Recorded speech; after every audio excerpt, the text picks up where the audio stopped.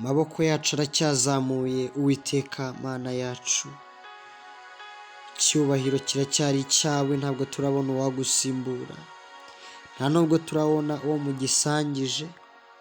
Uri Imana nzima, ntabwo bisaba ko tugukoraho kugira ngo tumenye ko uhari, ntibisaba ko tumenya impumuro yawe kugira ngo tumenye ko uhari, ntibisaba ko nka Imana ikomeye tukubona n'amaso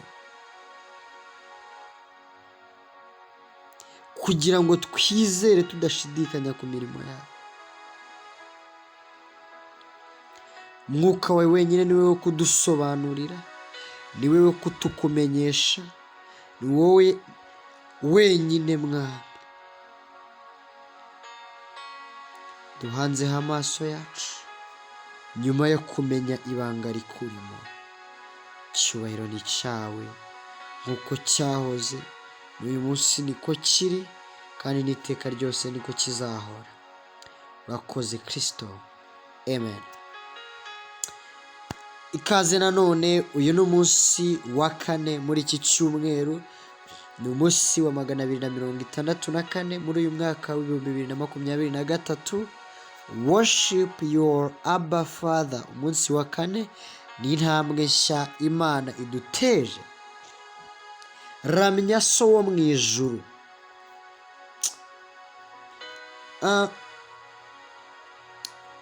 Uwiteka arakomeye cyane kandi ni urukundo.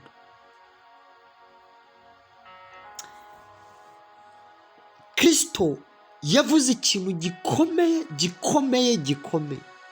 Yaravuze ngo ushaka kuba mukuru muri mwebwe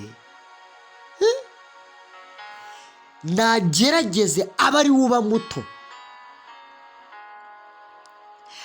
Aravuga ngo ubwami bwo mu ijuru bumeze ngo n'ubw'abantu bafite imitima, n'ubw'abantu bameze nk'abana batoya. Why? Yari arimo agerageza ku expressinga one of the rule of kingdom. There is the keys of kingdom. Ubwami bwa Yesu Kristo, ubwami bw'ijuru bumeze gute? Yamanukanye ingoma ye aza gukorera mission mu isi, atari uko mu ijuru abuze icyubahiro, ariko ari expressinga, aravuze ngo one of the key factor in kingdom is that the leader must be a servant kubo ayoboye.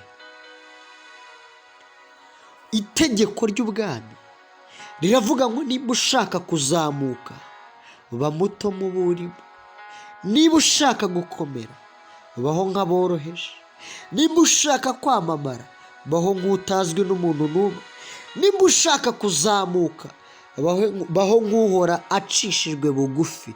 Kuko Kristo ubwe ntabwo yaje gukorerwa, ahubwo yaje gukora, yaje gukorera abandi.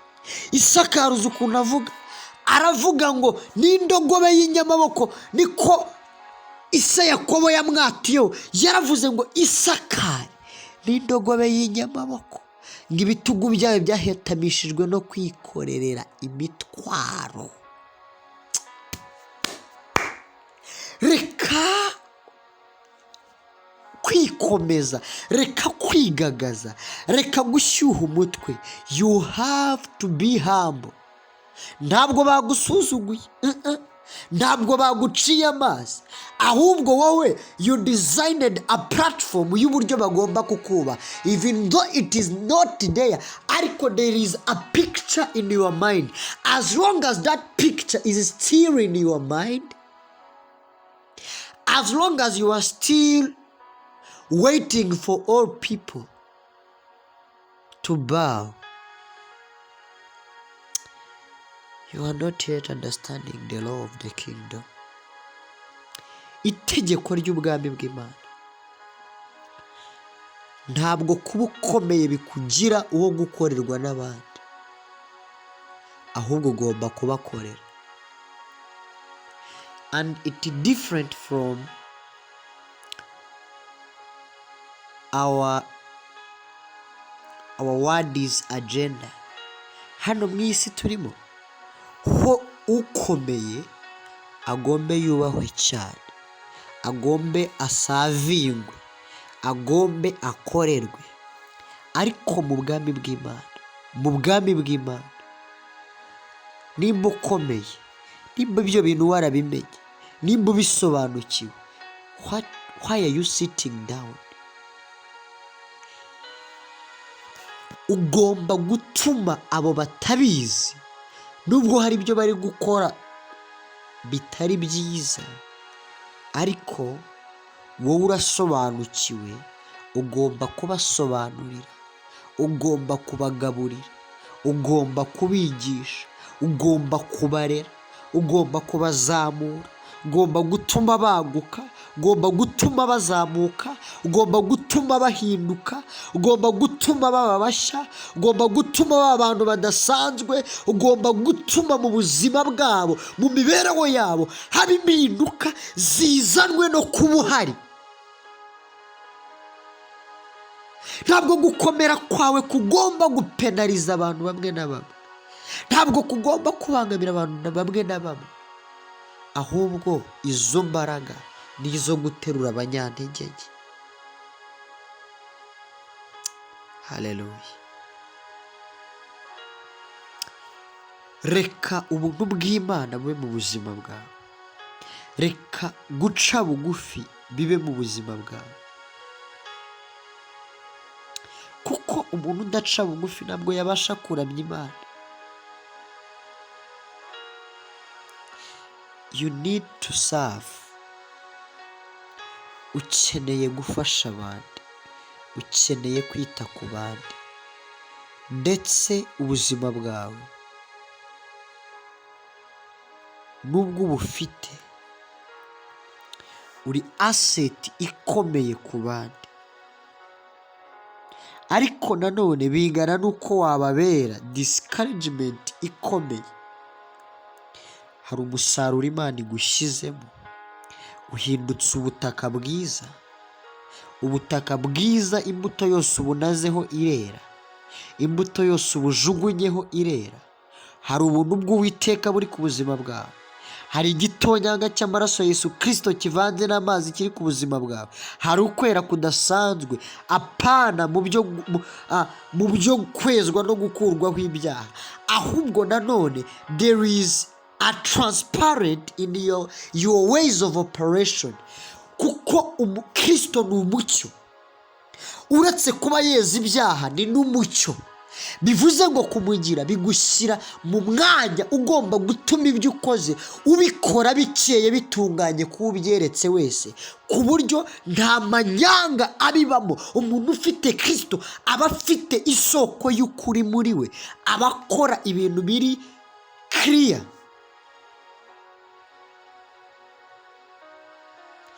Nimba umutima wawe ukirimo uburiganya, biravuga ngo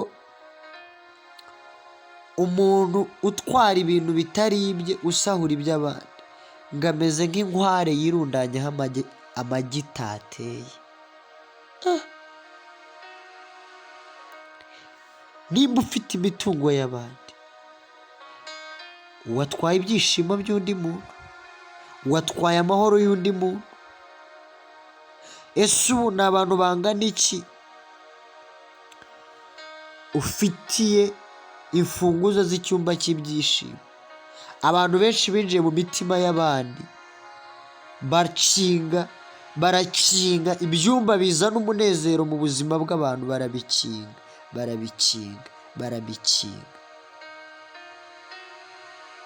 And people are grieving because of you. None ngo urimo urenjoyinga, ngo urimo urahavinga fani n'abantu usize ubabaje intentionally. Go there and bow. Genda uce bugufi, genda usabe imbabazi, genda ubohora abantu, kandi nawe uraboshye, genda mubohorane kubw'uyu munsi. Icyo ni igikorwa gikomeye kigaragaza umuntu ubasha kuramya se wo mu ijuru. Imana iguha imbaraga, urakoze Kristo kubw'uyu munsi mushya, urakoze kubw'ineza yawe, urakoze kubw'urukundo rwawe, urakoze kubw'ubuntu bwawe Mwami. Turengere utugire neza mu izina rya Yesu Kristo. Tanga imbaraga bantu bawe, baha imitima mishya, wongere Mwami ubakorere refresh, ubuzima bushya bugaruke, imibereho mishya. Bari babaye bongere babone ibitwenge, abari Mwami Imana ikomeye bakomerewe wongere ubarengere mu buryo bwose, kuko ugira neza urakoze. Amen.